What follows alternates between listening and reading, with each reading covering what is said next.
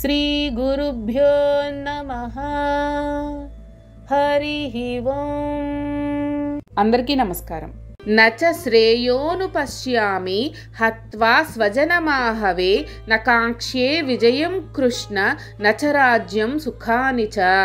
శ్రేయ అంటే మేలు అని, నచ అనుపశ్యామి అంటే గాంచలేకున్నాను అని, హత్వా అంటే చంపి అని, స్వజనం అంటే స్వజనమును అని, ఆహవే అంటే యుద్ధమునందు అని, నకాంక్షే అంటే కోరను అని, విజయం అంటే విజయమును అని, కృష్ణ అంటే ఓ కృష్ణ అని, నచరాజ్యం అంటే రాజ్యమును కూడా అని, సుఖానిచ అంటే దాని వలన కలుగు సౌఖ్యములను కూడా అని. ఓ కృష్ణ, ఈ యుద్ధమునందు నా స్వజనమును చంపుట ద్వారా ఏ విధంగా శ్రేయస్సు కలుగగలదో నేను గాంచలేకున్నాను. తదనంతర విజయమును గాని రాజ్యమును గాని సుఖమును గాని నేను వాంఛింపలేకున్నాను. మనస్సు ఆందోళనలతో నిండి ఉన్నప్పుడు అన్నీ విపరీతంగానే కనిపిస్తాయి. తాడే పాముగా భయపెడుతుంది. ఇంకా శకునాల సంగతి సరే సరి. మనోదౌర్బల్యానికి గుర్తు అపశకునాలు. గాలి గట్టిగా వీచి దీపం కానీ హారతి కానీ ఆరిపోతే అదో పెద్ద అపశకునం.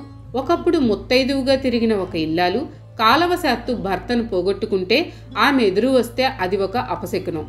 కుక్క పిల్లి నీళ్లకుండా ఎదురు రావడం, కాకులు అటు ఇటు తిరగడం ఇవన్నీ శకునాలను సూచిస్తాయి. ధైర్యంగా ముందుకు దూకితే వాడికి ఇవి పట్టవు. సందేహ జీవులు, ప్రతిదీ అనుమానించే వారికే ఇవన్నీ పట్టింపులు. వీరుడైన అర్జునుడు యుద్ధానికి ముందు శకునం చూసుకుని బయలుదేరాడో లేదో తెలియదు, కానీ ప్రస్తుతం మనోదౌర్బల్యానికి లోనయ్యాడు కాబట్టి అపశకునాల మాట ఎత్తాడు. ఈ శ్లోకంలో కూడా మరలా స్వజనం హత్వ అనే మాట వాడారు వ్యాసుల వారు.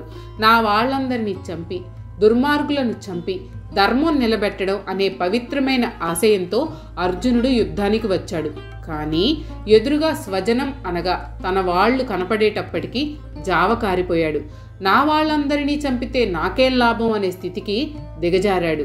జై శ్రీకృష్ణ. మీకు కనుక ఈ వీడియో నచ్చినట్లయితే లైక్ చేయండి. అలాగే మీ ఫ్యామిలీ అండ్ ఫ్రెండ్స్కి షేర్ చేయండి. ఛానల్లో కొత్త నోటిఫికేషన్స్ కోసం సబ్స్క్రైబ్ చేయండి. అలాగే పక్కనే ఉన్న బెల్ ఐకాన్ని ట్యాప్ చేయండి.